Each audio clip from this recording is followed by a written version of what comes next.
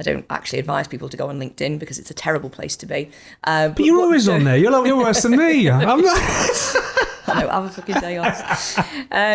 But don't go and try and seek any outside counsel, and don't try and educate themselves. And so they're just living the same day for the last 30 years, 20 years, day in, day out, and not innovating and not sticking their head above the parapet and thinking about what could be different and what could be better.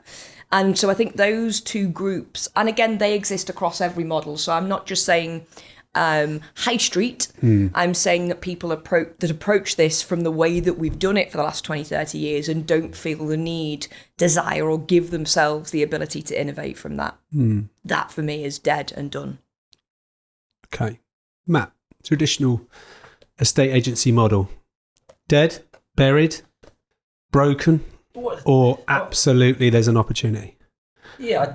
What is the traditional estate agency model? I would say let's call it employed, building a team, a culture in any given location, for argument's sake. No, I still think it's there. I think it has to be done differently. I think a lot of what Steph says is perfectly valid and true and does make a lot of sense. Can I get that? That's a crap start. I'm going to be in commisery in a second if you carry on the way you are.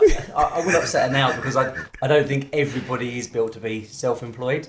Why? Why? Let's start that subject. No, just because I wanted to see that reaction. I've just got 5 things in my head that I can say. If I don't know what else is I'll cue you on the next post. Just throw one of them bombs in.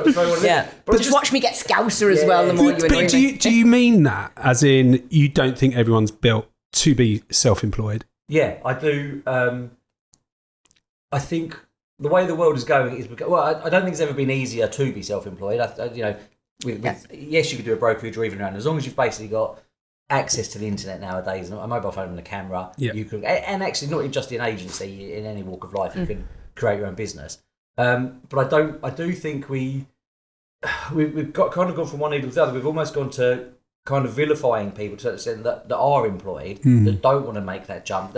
And I get why a lot of people do it. So when and just I suppose balance, I'll mention EXP and KW. There's other things out there. When they first came out, 2 very, very good models, by the way. Steph, what do you think?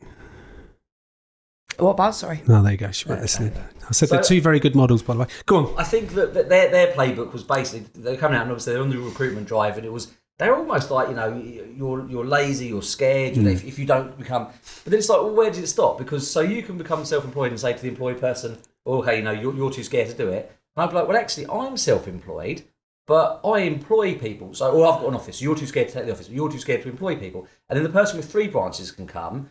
And then, God forbid, it ends up with bloody Paul Smith at heart. You can say, well, I'm technically self-employed. You don't ever give that guy any fucking credit. So he's going to be on next, actually, if I want. But no. But that's fine. So I suppose everyone's always got their own angle and their own agenda as to why they're trying to push things.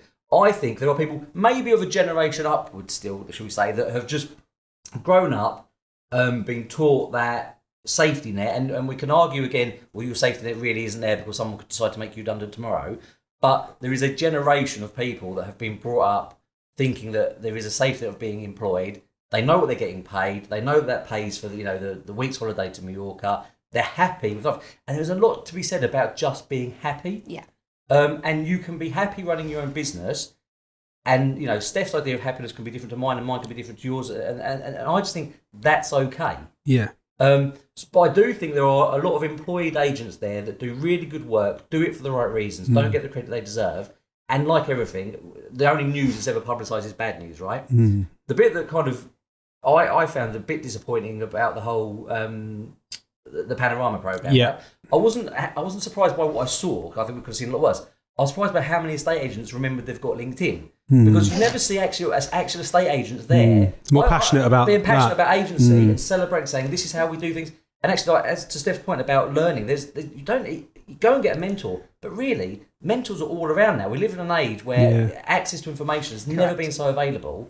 So I use the phrase, it takes a village to build to raise a child, right? And I think the agency community can do that. So I actually think the way we make things better is from inwards and from the ground up, by agents sharing best practice. But they don't do that. But then when the Panorama programme comes on, they want to turn up and be holier than thou. And I'm like, great, you've learned how to log into LinkedIn.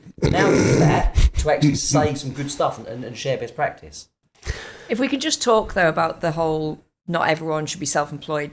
So I come at this from a place. So are you saying, let's get back to that question? Yeah. I come from a place of thinking that phrase is used incorrectly. Okay. So I believe the phrase should be, not everybody is willing to generate themselves leads. Okay. That's that bit. Totally agree that some people want a job, want to clock out at 5:30, want to stop thinking about whatever they've done in the day, get on with their own lives, are happy with the wage they've got, and so on and so forth. The problem, though, is that the vast majority of people are sat there not happy with the wages they're getting paid, and they're working past 5:30 even though they're not getting paid for it. Yeah. And actually the line is, you could be self-employed as long as you're willing to generate yourself some leads. And that's actually the party line. So there's a load of people there that go, it's self-employed, it's not for everybody, so on and so forth. Actually, there's just a bunch of people there with a chip on the shoulder. They almost think they're too good to get out there and knock doors and have conversations. But it's actually not that they think they're too good. It's because they're scared. Yeah. It's a deep...